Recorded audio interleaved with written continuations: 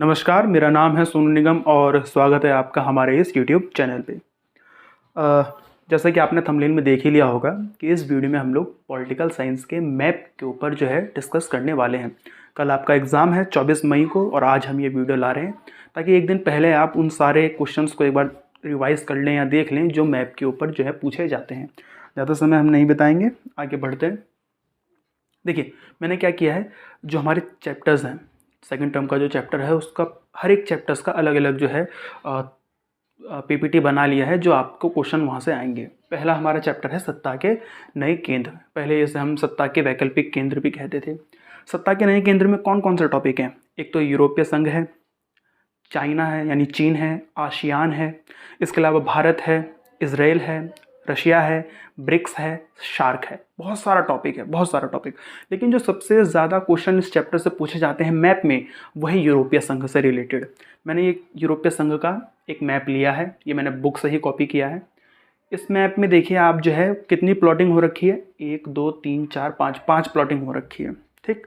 और मैंने इसमें 5 क्वेश्चन पूछे हैं। पहला क्वेश्चन देखिए क्या पूछा है। यूरोपीय संघ का एक पुराना सदस्य देश। आपको बताना है, इतने इतने सारे देशों के ऊपर मार्किंग हो रखी है ना, इसमें से एक ऐसा देश बताना है जो यूरोपीय संघ का पुराना देश हो। आपको पता होना चाहिए 1991 के बाद जब सोवियत संघ का विघटन हुआ, जब सोवियत संघ टूटा, तो उसके बाद कई सारे देशों ने जो सोवियत संघ के साथ पहले थे या सोवियत संघ के अलायंस में थे, वो बाद में यूरोपीय संघ के साथ जुड़ गए। तो वो हो गए नए देश। और जो शुरुआती समय से यूरोपीय संघ के साथ हैं, यूरोपीय संघ तो खुद 1992 में बना है, लेकिन जो पहले से ही उस पूरे एक प्रणाली के तहत जुड़े हुए थे, उसमें से बताना है। यूरोपीय संघ का एक पुराना सदस्य देश, देखिए वो फ्रांस भी हो सकता है और वो ब्रिटेन भी हो सकता है। ये जो सी है ना, वो इसको यहाँ होना चाहिए था, वो इधर हो गया है, लेकिन उसको यहाँ होना चाहिए। ये ब्रिटेन है, ये फ्रांस है। वो फ्रांस भी हो सकता है, वो ब्रिटेन भी हो सकता है। दोनों ही पुराने सदस्य हैं। यूरोपीय संघ का अगर पुराना सदस्य देश की बात हो रही है इस मैप के अकॉर्डिंग, तो वो फ्रांस भी हो सकता है और ब्रिटेन भी हो सकता है। लेकिन आप जैसे ही इसका क्वेश्चन नंबर 3 देखोगे, संयुक्त राष्ट्र सुरक्षा परिषद का स्थायी सदस्य देश, तो वो भी दोनों है, ब्रिटेन भी है उसमें और फ्रांस भी है, ठीक है। तो हम क्या कर सकते हैं, एक आंसर फ्रांस जो है कहाँ डाल देंगे, क्वेश्चन नंबर 3 में।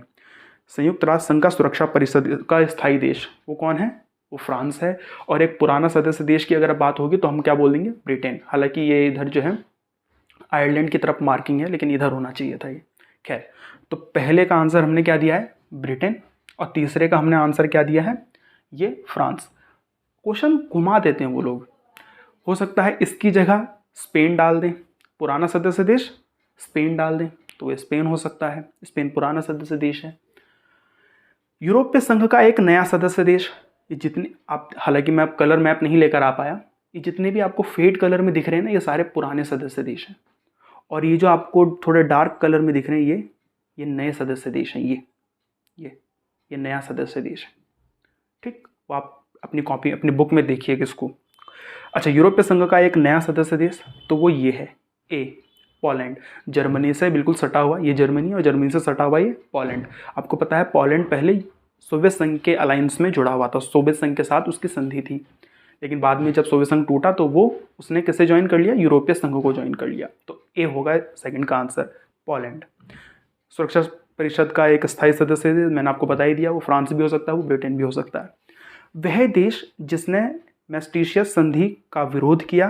और दूसरा क्वेश्चन 5वां भी देख लीजिए, वह देश जिसने साझी यूरोपीय मुद्रा यूरो को मानने से इनकार कर दिया। ये दो देश हैं जिन्होंने कहा कि मैस्टीशियस संधि पे भी हम साइन नहीं करेंगे और हम यूरोपीय मुद्रा को भी नहीं मानेंगे, हम अपनी मुद्रा को ही जो है प्रचलन में रखेंगे। एक साझी मुद्रा जो यूरोप जो है, अब इसको टॉपिक को अगर पढ़ाने लग जाएंगे तो लंबा समय निकल जाएगा, आपने पढ़ रखा है इसे। दो देश थे, एक तो स्वीडन और एक डेनमार्क। यह है डी, स्वीडन और डेनमार्क। दोनों ने ही मैस्टीशियस संधि का विरोध किया और दोनों ने ही साझी यूरोपीय मुद्रा का भी यानी यूरो का भी विरोध किया, दोनों ने। तो 4 में आप डेनमार्क लगा सकते हैं और 5 में आप स्वीडन लगा सकते हैं, या 4 में आप स्वीडन लगा सकते हैं और 5 में आप डेनमार्क ई लगा सकते हैं। वो आपकी मर्जी है, उसमें आप कुछ भी जो है कर सकते हैं, उसमें आपके पास छूट है। लेकिन आपको याद रखना है, डेनमार्क और स्वीडन दोनों ने ही मैस्टीशियस संधि का भी विरोध किया और यूरोपीय मुद्रा यूरो का भी विरोध किया, दोनों ने ही। तो ये तो सत्ता के नए केंद्र, यूरोपीय संघ से क्वेश्चन इंपॉर्टेंट है, आता है, इसमें से मिलता जुलता क्वेश्चन पक्का आ सकता है। अगला भी क्वेश्चन मैंने सत्ता के नए केंद्र से ही लिया है। अब इसमें मैंने क्या है, मिक्स कर दिया है। अब इसमें इंडिया से रिलेटेड, ब्रिक्स से रिलेटेड, चीन से रिलेटेड जो भी हमको क्वेश्चन पूछे जा सकते हैं वो ये।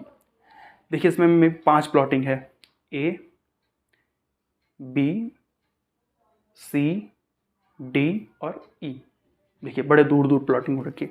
वह देश जिसकी आधिकारिक भाषा हिब्रू है, नेट पे सर्च कर लीजिएगा, मैं बता भी सकता हूँ, अभी फिर बता ही तो देता हूँ। चलो, आपके इस चैप्टर में सत्ता के नए केंद्र में इजराइल है।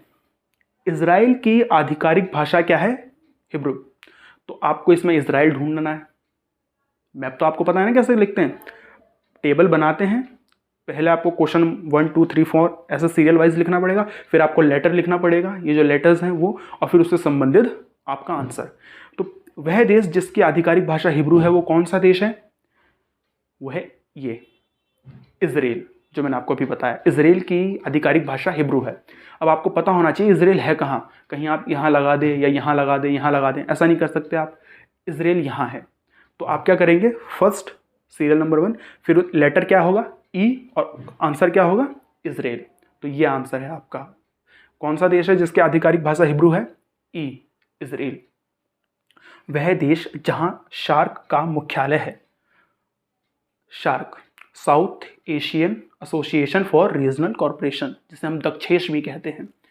साउथ एशिया का एक जो है रीजनल कॉर्पोरेशन का एक ग्रुप है, जिसमें भारत, पाकिस्तान, ये सारे देश जो हैं जुड़े हुए हैं, और आपस में एक दूसरे को तालमेल बिठाने के लिए, एक दूसरे से साझेदारी करने के लिए जो है एक संगठन बनाया है।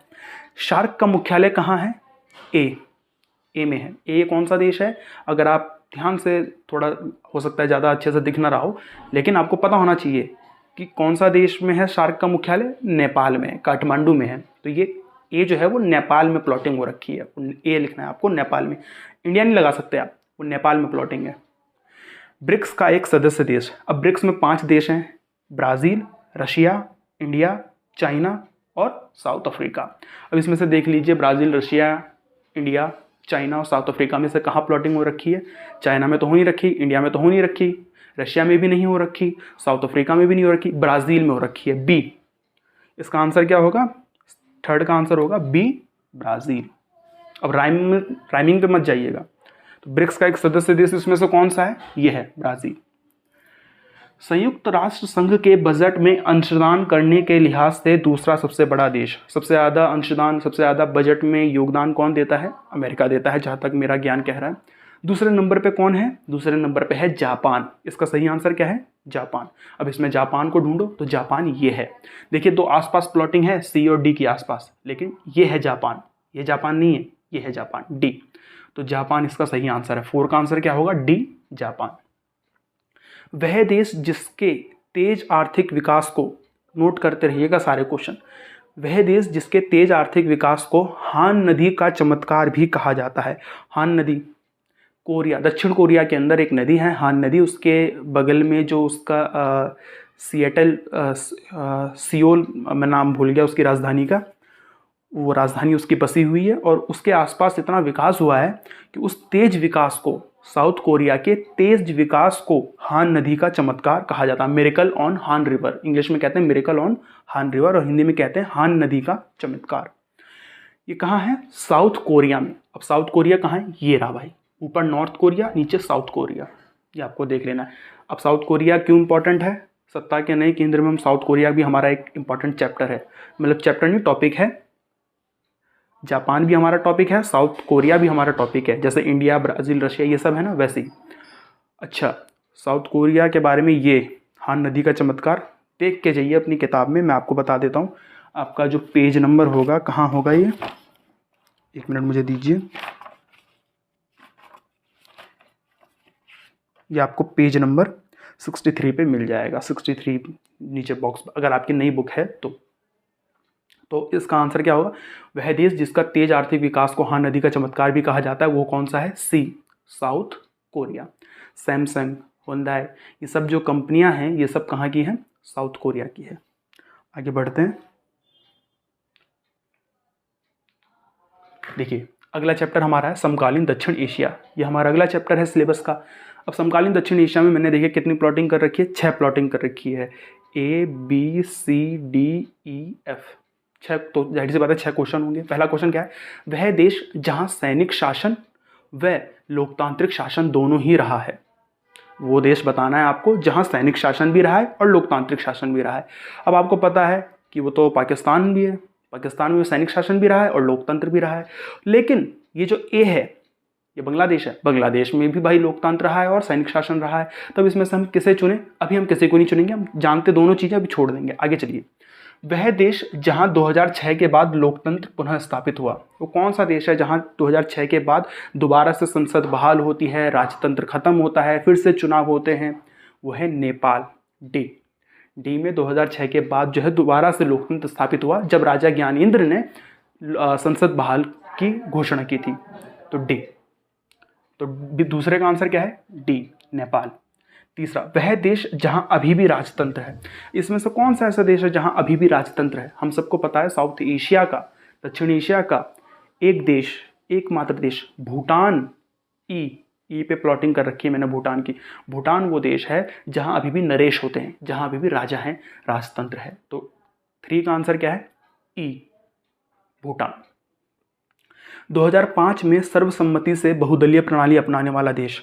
इस पूरे मैप में सबसे इम्पॉर्टेंट टॉपिक मैं आपको बताता हूँ समकालीन दक्षिण एशिया में जो आ सकता है, वो मालदीव वाला टॉपिक है। मालदीव हमारे सिलेबस में जुड़ा हुआ है। मालदीव में कैसी शासन व्यवस्था रही है, कब कौन सी घटना घटी है, वो बहुत इंपॉर्टेंट है। वीडियो बना रखी है, लिंक मैं डिस्क्रिप्शन में दे दूंगा, आप देख लेना अगर आपको टाइम है तो।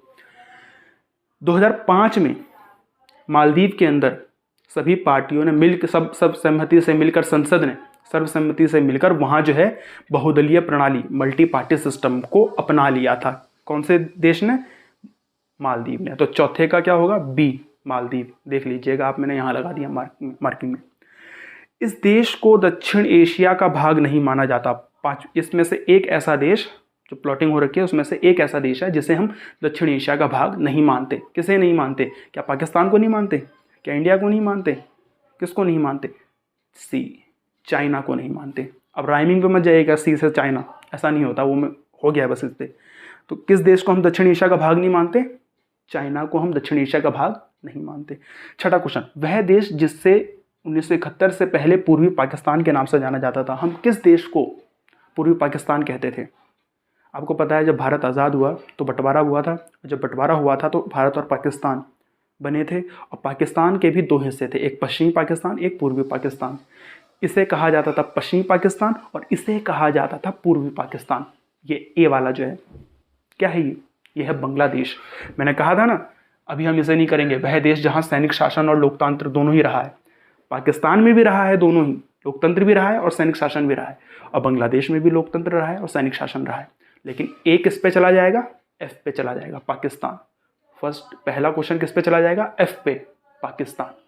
और आखिरी क्वेश्चन छठा किस पे चला जाएगा, बांग्लादेश पे। क्यों? क्योंकि 1971 से पहले इसको, ए वाले देश को यानी बांग्लादेश को हम क्या बोलते थे, पूर्वी पाकिस्तान। इस तरह से कभी कभी हमें कंफ्यूज करने के लिए आप पहला पढ़ के सीधा ए लगा देते तो गड़बड़ हो जाता छठे में, ठीक। हालांकि 5 ही क्वेश्चन आएंगे, मैंने इस तरह से जंबल करने की कोशिश की है। ये हो गया क्लियर। आगे चलिए, वैश्वीकरण। अपनी इस वाली बुक का, फर्स्ट बुक का, जो हमारी फर्स्ट बुक है वर्ल्ड पॉलिटिक्स की, उसमें से 3 चैप्टर आ रहे हैं, उसमें से आखिरी चैप्टर हमारा वैश्वीकरण है। वैश्वीकरण से मैंने जो है 5 क्वेश्चन पूछे, 5 प्लॉटिंग कर रखी है। देखिए, वह देश जहां 2001 में वर्ल्ड सोशल फोरम का पहला सम्मेलन हुआ। ये सब देख लीजिएगा, जो जो टॉपिक में जो जो पॉइंट्स आपको बता रहा हूँ इसे एक बार अपनी बुक में देख लीजिएगा। मैं आपको बता देता हूँ ये कहाँ मिलेगा आपको। ये मिलेगा आपको पेज नंबर 147, पेज नंबर 147 पे मिल जाएगा आपको। ये जो लास्ट के 3-4 पैराग्राफ हैं उसमें, मतलब उस पेज पे मिल जाएगा आपको ये सारे क्वेश्चन। वह देश जहां 2001 में वर्ल्ड सोशल फोरम का पहला सम्मेलन हुआ था, किस देश में हुआ था वर्ल्ड सोशल फोरम का पहला सम्मेलन, ई। अब ये ई की प्लॉटिंग कहाँ रखी है, ये कौन सा देश है, ब्राज़ील है। अभी हमने पीछे भी देखा, ब्राज़ील में जो है पहला सम्मेलन हुआ था वर्ल्ड सोशल फोरम का, कब, 2001 में। तो जब हम टेबल बनाएंगे तो पहले सीरियल नंबर क्या लिखेंगे, 1, फिर उसके बगल में अपना लेटर लिखेंगे ई और अपना आंसर लिखेंगे उसके बगल में ब्राज़ील, ऐसे। ठीक, ब्राज़ील ही है ना जी, ब्राज़ील ही है। ब्राज़ील का भी जो पोर्टो एलगेर करके कोई जगह है वहाँ पे मतलब इसमें लिखा हुआ है। हाँ, आपको ब्राज़ील याद रखना है, बाकी आप देख लीजिएगा, मैंने आपको बता दिया 147 पे आपको ये मिल जाएगा आपके बुक में, वर्ल्ड पॉलिटिक्स के बुक में। दूसरा, वह शहर जहाँ 1999 में विश्व व्यापार संगठन की मंत्री स्तरीय बैठक हुई थी, मिनिस्टर के लेवल की बैठक हुई थी। कब? 1999 में। किसकी बैठक? WTO की, वर्ल्ड विश्व व्यापार संगठन की। किस शहर में हुई थी? हमें नहीं पता, चलो छोड़ो। वो देश जहां वर्ल्ड इकोनॉमिक फोरम का मुख्यालय है। वर्ल्ड सोशल फोरम अलग है, वर्ल्ड इकोनॉमिक फोरम अलग है। वर्ल्ड इकोनॉमिक फोरम का मुख्यालय कहाँ है? कहाँ है जेनेवा? कहाँ है दावोस? दावोस में ही हर साल मीटिंग होती है। किस देश में है मुख्यालय? ये सब जो शहर के नाम लिए मैंने, कहाँ है ये है स्विट्ज़रलैंड में, बी। यहाँ मैंने ठीक है थोड़ा सा ऊपर जो है प्लॉटिंग कर रखी है, ये है स्विट्ज़रलैंड। तो तीसरे का आंसर क्या है? B, Switzerland. खादी कुर्ता से संबंधित देश बताइए, सबसे आसान है। सी, इंडिया। खादी कुर्ता किस देश से संबंधित है? इंडिया से। नीली जीन्स से संबंधित देश? अमेरिका। अब आप देखें, इसका भी आंसर मिल गया, इसका भी आंसर मिल गया, इसका भी आंसर मिल गया, ये दो रह गए। और क्वेश्चन कौन कौन सा हमने छोड़ दिया था? ये वाला। वह शहर जहां 1999 में विश्व व्यापार संगठन की मंत्री स्तरीय बैठक हुई। तो इसका आंसर भी यही है, ए और डी में से एक होगा। और नीली जीन्स का आंसर भी ए और डी में से एक है। ठीक, इसमें पूछा है देश, तो हमको पता है भाई, या तो ए और डी किसी की भी बात करी है, कहाँ? अमेरिका में है। लेकिन इसमें पूछा है शहर। अब आपको पता होना चाहिए कि इसका जो आंसर है, इसका आंसर तो पता है हमें, नीली जींस किस देश से संबंधित है? अमेरिका से। हम चाहे ए में लगा लें, हम चाहे डी में लगा दें, हमारा आंसर सही चला जाएगा, क्योंकि दोनों की जो प्लॉटिंग हो रखी है वो अमेरिका में हो रखी है, यूनाइटेड स्टेट ऑफ अमेरिका में हो रखी है, संयुक्त राज्य अमेरिका में हो रखी है। लेकिन इसमें तो शहर पूछा है। अब जो शहर इसका आंसर है वो क्या है? वो है सिएटल। अमेरिका का एक शहर है सिएटल। मैं फिर कह रहा हूँ, 147 पे आपको इसका आंसर मिलेगा। सिएटल अमेरिका का एक शहर है, और वो शहर कहाँ है? वो शहर यहाँ है, यहाँ कहीं। तो ध्यान रखिएगा, अगर आप दूसरे का आंसर डी लगा देंगे, भले ही आपको सिएटल पता हो, लेकिन अगर आप डी लगा देंगे तो सिएटल यहाँ नहीं है भाई, यहाँ है। इसीलिए उसका आंसर ए ही होगा, सिएटल यहाँ है, ध्यान रखिएगा। और नीली जीन्स से संबंधित देश फिर आप क्या कह देंगे? अमेरिका, क्योंकि अमेरिका तो प्लॉटिंग यहाँ हो, यहाँ हो, यहाँ हो, पूरा अमेरिका ही है, यूएसए ही है, संयुक्त राज्य अमेरिका ही है, यूनाइटेड स्टेट ऑफ अमेरिका ही है। तो ये आपका आंसर हो जाएगा। समझ रहे हैं मैं क्या कहना चाहता हूँ? कभी कभी वो ऐसे मिक्सअप हो जाता है, इसका आंसर भी यही मिलेगा, इसका आंसर भी यही मिलेगा, लेकिन अब आपको चुनना पड़ेगा कि इसे मैं सिएटल लगाऊं या इसे मैं सिएटल लगाऊं, इसे मैं world United state of America लगाऊं या इसे। ये आपको देखना पड़ेगा। हालांकि मैंने क्या बोला? सिएटल यहाँ है। तो ये वैश्वीकरण हो गया। आगे चलते हैं। ये हमारी वर्ल्ड पॉलिटिक्स की बुक खत्म हो गई। इन क्वेश्चंस को आप तैयार कर लीजिए, आपका जो है मैप हो जाएगा। हमारी दूसरी बुक शुरू हो गई है। कौन सी बुक? इंडियन पॉलिटिक्स वाली। देखिए कितना सारा क्वेश्चन, 9 क्वेश्चन दिए मैंने, 9 प्लॉटिंग हो रखी है, कवर सारा हो जाएगा। संबंधित राज्य पूछते हैं। अगर इंडिया का मैप आया तो संबंधित राज्य पूछेंगे कि फला आदमी से संबंधित राज्य बता दीजिए, इस नेता से संबंधित राज्य कौन सा है। देखिए, वह राज्य जहां नेशनल कॉन्फ्रेंस का शासन रहा है। नेशनल कॉन्फ्रेंस कहाँ की पार्टी है? जम्मू कश्मीर की पार्टी है।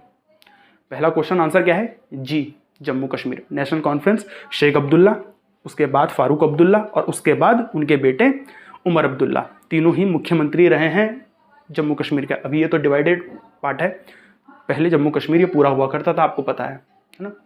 तो जम्मू कश्मीर के अंदर नेशनल कॉन्फ्रेंस का शासन रहा है, तो ये जी, जम्मू कश्मीर। कम्युनिस्ट पार्टी द्वारा शासित पहला राज्य। सबसे पहले कम्युनिस्ट पार्टी का राज्य कहाँ आया था? सबसे पहले कम्युनिस्ट पार्टी का शासन कहाँ आया था? केरल में, सी, केरल। दूसरे का आंसर क्या होगा? सी, केरल। श्यामा प्रसाद मुखर्जी से संबंधित राज्य। ये सारे आप लिख लीजिएगा, अपने बुक में ढूंढ लीजिए, अपने मैप में ढूंढ लीजिए, एक जगह नोट कर लीजिए, अपने मैप के ऊपर प्लॉटिंग कर लीजिए, आपको बहुत हेल्प मिलेगी। श्यामा प्रसाद मुखर्जी से संबंधित राज्य। श्यामा प्रसाद मुखर्जी कौन थे? श्यामा प्रसाद मुखर्जी जनसंघ के संस्थापक में से एक हैं, वही जनसंघ जिसे आज हम बीजेपी के नाम से जानते हैं। और वैसे भी जो मुखर्जी सरनेम होता है वो बंगालियों का होता है। तो जो श्यामा प्रसाद मुखर्जी थे उनका संबंध कहाँ से है? बंगाल से। अब आपको बंगाल पता होना चाहिए कहाँ है, तो बंगाल ये है जहाँ पे एफ की प्लॉटिंग हो रखी है, ये है बंगाल। तो तीसरे का आंसर क्या होगा? एफ, बंगाल। चौथा देखिए, स्वतंत्र भारत के पहले भारतीय गवर्नर जनरल, स्वतंत्र भारत के पहले भारतीय गवर्नर जनरल सी राजगोपालाचारी से संबंधित राज्य। अब सी राजगोपालाचारी किस राज्य से संबंध रखते हैं? सी राजगोपालाचारी संबंध रखते हैं तमिलनाडु से। तमिलनाडु से जो है उनका संबंध था। वो जो है जहाँ तक मुझे याद आ रहा है वो मुख्यमंत्री भी रह चुके हैं तमिलनाडु के। और सी राजगोपालाचारी भारत के पहले भारतीय गवर्नर जनरल थे स्वतंत्र भारत के। तो चौथे का आंसर क्या होगा? ए। चौथे का आंसर ए, तमिलनाडु। पांचवा, कर्पूरी ठाकुर से संबंधित राज्य। कर्पूरी ठाकुर कौन है? कर्पूरी ठाकुर बिहार के एक जाने माने नेता हैं। राष्ट्रीय स्तर पर भी उनका काफ़ी नाम, अब तो नहीं है। कर्पूरी ठाकुर जो है वो बिहार के मुख्यमंत्री भी रहे, मेरे ख्याल से लगभग 40-45 दिन तक वो बिहार के मुख्यमंत्री भी रहे थे। तो कर्पूरी ठाकुर का संबंध बिहार से है। बिहार इसमें कहाँ है? ये है बिहार।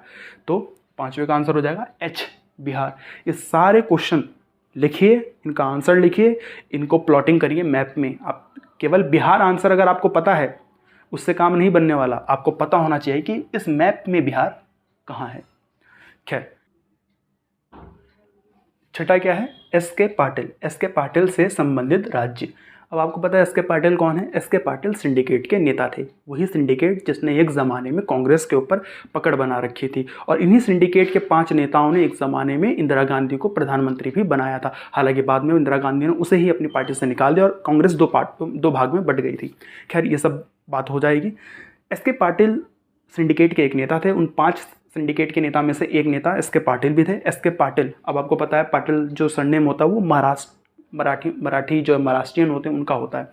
तो यानी कि एस के पाटिल का संबंध महाराष्ट्र से होगा।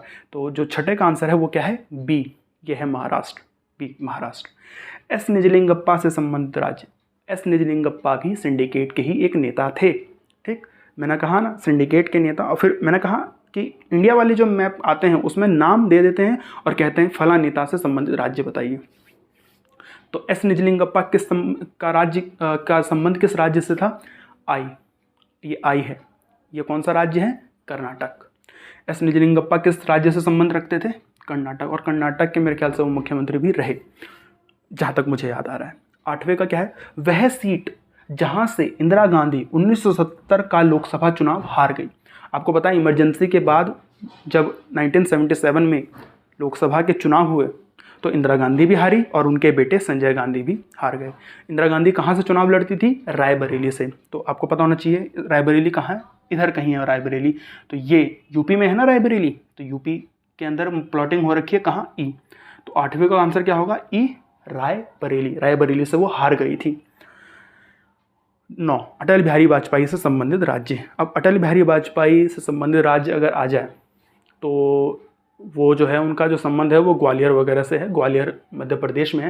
हालांकि प्लॉटिंग मैंने यहाँ कर रखी है, वो थोड़ा ऊपर होना चाहिए था, लेकिन मध्य प्रदेश के अंदर ग्वालियर है और उनका संबंध जो है वो मध्य प्रदेश से है। हालांकि वो लखनऊ से चुनाव लड़ते थे, लखनऊ से उन्होंने चुनाव जीता भी है, लेकिन क्योंकि एक यूपी के अंदर एक आंसर मिल गया हमें, इंदिरा गांधी हारी थी यहाँ से, तो दूसरा एक जो बच जाता है वो क्या होता है? केवल ऑप्शन मध्य प्रदेश। तो अटल बिहारी वाजपेयी का जो संबंध था वो मध्य प्रदेश से है। ठीक, तो ये हो गया आपका पूरा का पूरा 9 क्वेश्चन। तो आप इन्हें देख लीजिएगा और इससे रिलेटेड क्वेश्चन जो हों अगर वो आ जाए तो आपको कोई दिक्कत होने वाली नहीं है। ठीक है, अब जैसे मैंने आपको इसमें 2 सिंडिकेट के नेता के नाम दे दिए, तो आप बाकी का नेता का नाम भी देख लीजिए। के कामराज कहाँ से थे? के कामराज कहाँ से थे वो आप देख लीजिए। एन संजीवन रेड्डी कहाँ के थे वो आप देख लीजिए। तो ये देख लीजिए आप, ठीक है ना। आगे देखिए, फिर से संबंधित राज्य, ये हमारा अगला चैप्टर से है। देखिए क्योंकि पार्टी एंड पॉलिटिक्स आपके पास है, पार्टी एंड पार्टी सिस्टम, तो मैंने इसमें पार्टीज दे रखी है, वो पार्टीज जो आजकल ट्रेंड में है। वह राज्य जहां तृणमूल कांग्रेस शासन में है। तृणमूल कांग्रेस कौन सी कांग्रेस है? ये राहुल गांधी वाली कांग्रेस नहीं है, ये ममता बनर्जी वाली कांग्रेस है। तो तृणमूल कांग्रेस का शासन कहाँ है? ममता बनर्जी उस पार्टी की जो है लीडर है और उनका शासन कहाँ है? बंगाल में। तो फर्स्ट का आंसर क्या होगा? पहले का आंसर क्या होगा? डी, बंगाल, पश्चिम बंगाल। वह राज्य जहां बीएसपी शासन में रही है। बहुजन समाज पार्टी मायावती से संबंधित पार्टी, मायावती जिस पार्टी की लीडर है। क्वेश्चन ऐसे आ जाए कि मायावती से संबंधित राज्य बताओ, अभी क्या पूछा है, वह राज्य जहाँ बीएसपी का शासन रहा है, या ऐसा आ जाए कि वह राज्य जहाँ से मायावती मुख्यमंत्री रही है। दोनों का आंसर एक ही होगा। बीएसपी का संबंध किस राज्य से है, या बीएसपी का शासन किस राज्य में रहा है, ई उत्तर प्रदेश में, ये आपका हमारा यूपी है। वह राज्य जहाँ AIADMK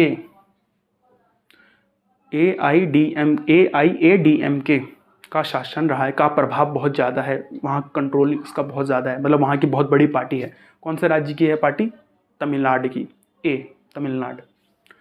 वह राज्य जहाँ हाल ही में आम आदमी पार्टी ने सरकार बनाई है, हाल ही में। अब आप बोलोगे दिल्ली, लेकिन दिल्ली तो राज्य है नहीं, तो अभी हाल ही में उसकी कहाँ सरकार बनी है, सी पंजाब में। इस तरह के करंट क्वेश्चन भी जो है आ सकते हैं, करंट अफेयर से रिलेटेड। तो आम आदमी पार्टी की जो हाल ही में सरकार बनी है वो कहाँ बनी है, किस राज्य में बनी है, सी पंजाब में।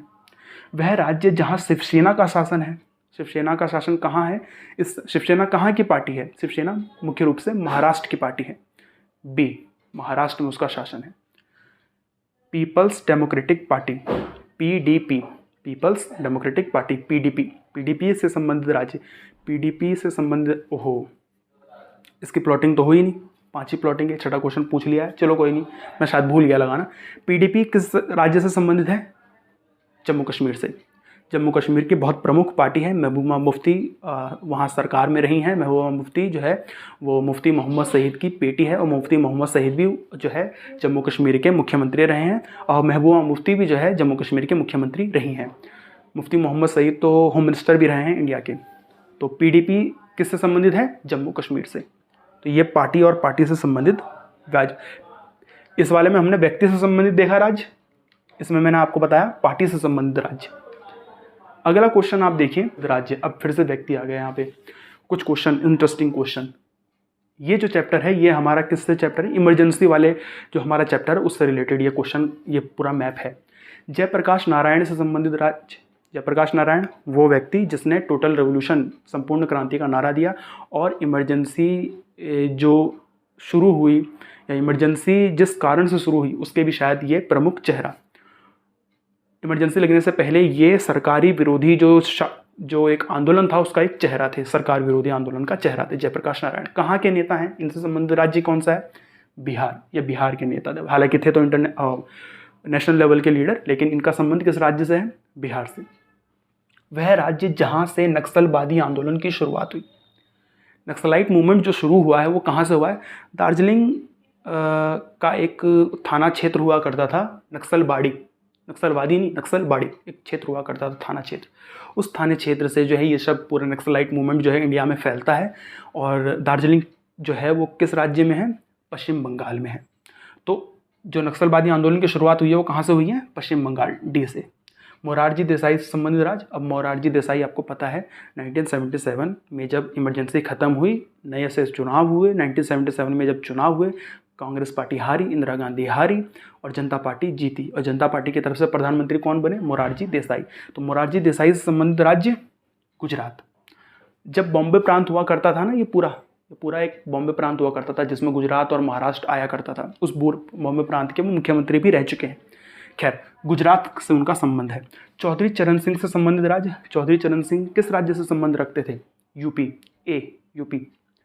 आया राम गया राम का जुमला किस राज्य से निकला। अब आपको पता है 1967 के बाद, और उसके बाद एक जो गया राम जो हुआ करते थे, शायद गया राम ही था उनका नाम, उन्होंने 15 दिन के अंदर कई बार पार्टियां बदल ली थी। वो हरियाणा के थे शायद वो। तो हरियाणा में जो है एक प्रेस कॉन्फ्रेंस के दौरान एक प्रवक्ता ने बोला कि आया राम है गया राम है, क्योंकि उन्होंने 15 दिन के अंदर कई बार जो है पार्टी बदल ली थी। तो ये जो जुमला है, ये जो एक मतलब एक बात कही जाती है हंसी मजाक में, दल बदल को लेकर, दल बदल किसको लेकर, दल बदल को लेकर। तो ये कहाँ से फेमस हुआ है, ये हरियाणा से फेमस हुआ है, क्योंकि हरियाणा के ही वो विधायक थे जिसने 15 दिन के अंदर मेरे ख्याल से 6 या 7 बार पार्टी बदल ली थी 15 दिन के अंदर। तो हरियाणा इसका आंसर है। आया राम गया राम का जुमला किस राज्य से निकला, हरियाणा से, हरियाणा।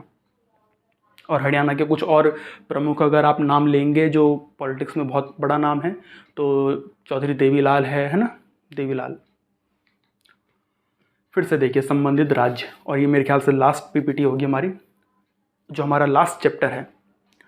भारतीय राजनीति में नए बदलाव, उससे मैंने 5 क्वेश्चन लिए हैं।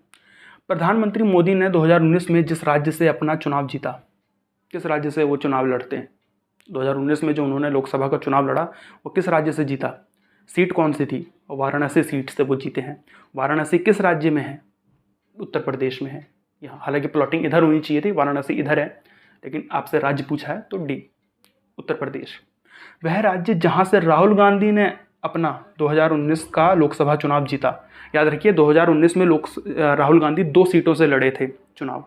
एक तो वो अमेठी से लड़े थे, अमेठी कहाँ है? यूपी में है।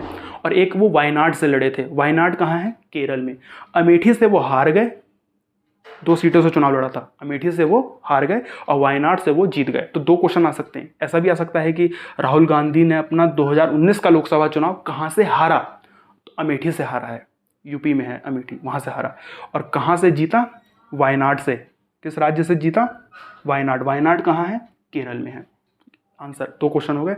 वह राज्य जहाँ से राम मंदिर रथ यात्रा की शुरुआत हुई थी 1992 में, जो लाल कृष्ण आडवाणी के नेतृत्व में और बीजेपी के नेतृत्व में, विश्व हिंदू परिषद और आरएसएस के नेतृत्व में जो रथ यात्रा निकली थी राम मंदिर बनाने को लेकर, जो काज सेवकों ने एक यात्रा निकाली थी, वो रथ यात्रा कहाँ से शुरू हुई थी?